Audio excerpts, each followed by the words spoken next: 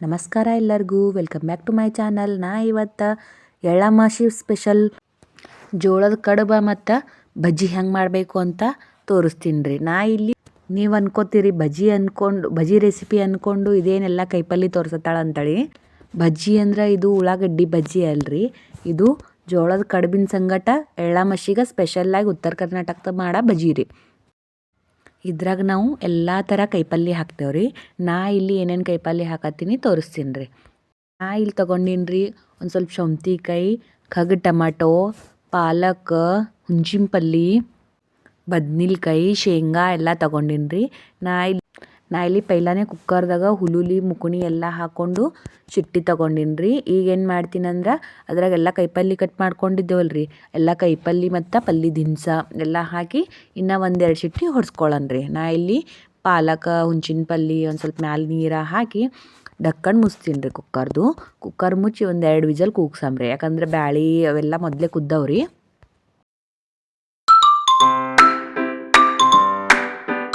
ಈಗ ಬರೇ ಕೈಪಲ್ಯ ಕುದಿಬೇಕು, ಒಂದೆರಡು ಚಿಟ್ಟಿ ಹೊಡೆಸಿದ್ರೆ ಸಾಕ್ರಿ, ತಯಾರಾಗ್ತದೆ ಇದೆಲ್ಲ. ನೋಡಿರಿ, ನಾ ಇಲ್ಲಿ ಚಿಟ್ಟಿ ಹೊಡಿಸಿ ತೆಗ್ದೀನಿ ರೀ. ಈಗ ಎಲ್ಲನೂ ಸ್ಮ್ಯಾಶ್ ಮಾಡ್ಕೋಬೇಕ್ರಿ. ನಾ ಇಲ್ಲಿ ಅದು ರಂಗಿಲೆ ತಿರ್ಕೊಳ್ತೀನಿ ರೀ. ಇಲ್ಲೇನು ಮಾಡೀನಿ ಅಂದ್ರೆ ಒಂದು ಸ್ವಲ್ಪ ಜೋಳದ ಹಿಟ್ಟು ಹಾಕ್ಕೊಂಡೇನಿ ರೀ.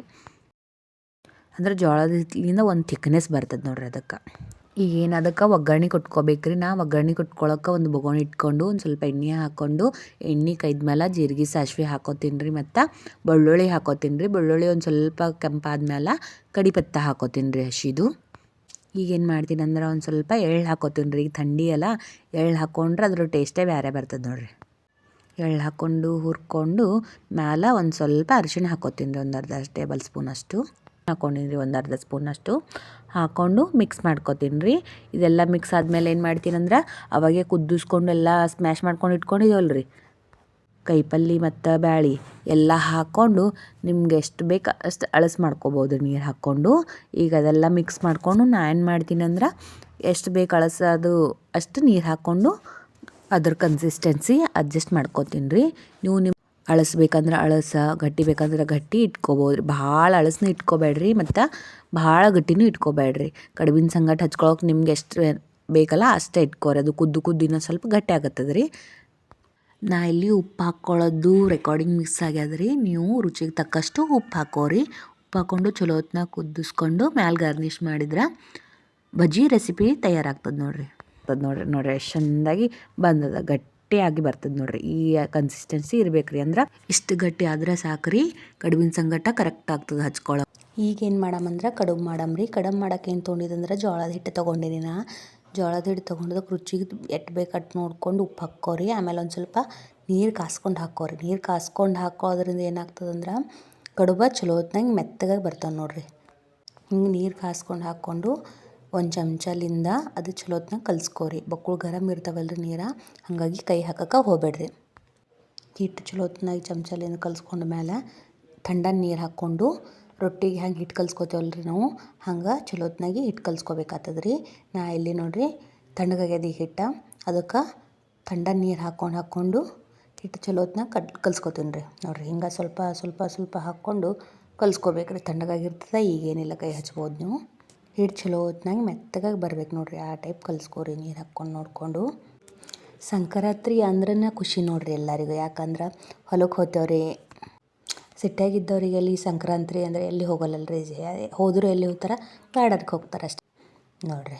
ನಂದು ಹಿಟ್ಟು ಕಲ್ಸೋದಾಯ್ತು. ಹಿಂಗೆ ಹಿಟ್ಟು ಕಲ್ಸ್ಕೊಂಡಿನಿ. ಈಗೇನು ಮಾಡ್ತೀನಿ ಅಂದ್ರೆ ಕಡುಬು ಕುದ್ಲಿಕ್ಕೆ ಇಡ್ಬೇಕಲ್ರಿ. ಹಾಗಾಗಿ ನಾ ಏನು ಮಾಡ್ತೀನಿ ಅಂದ್ರೆ ಮೆಕ್ಕೆಜೋಳ ಏನಂತೇವಲ್ಲ ರೀ, ಅದ್ರದ್ದು ಸೊಟ್ಟಿ ಏನಿರ್ತದೆ ನೋಡಿರಿ ಮ್ಯಾಲಿನ ಪದರ, ಅದು ಹಾಕ್ಕೊಂಡು ಸ್ವಲ್ಪ ನೀರು ಕೈಲಿಗೆ ಇಟ್ಕೊಂಡೇನಿ ರೀ. ಈಗೇನು ಮಾಡ್ತೀನಿ ಅಂದ್ರೆ ಹಿಟ್ಟು ಕಲ್ಸ್ಕೊಂಡಿದ್ದೇವಲ್ಲ ರೀ, ಅದ್ರದ್ದು ರೌಂಡ್ ಮಾಡಿ ಇಟ್ಕೊತೀನಿ ರೀ ಎಲ್ಲ.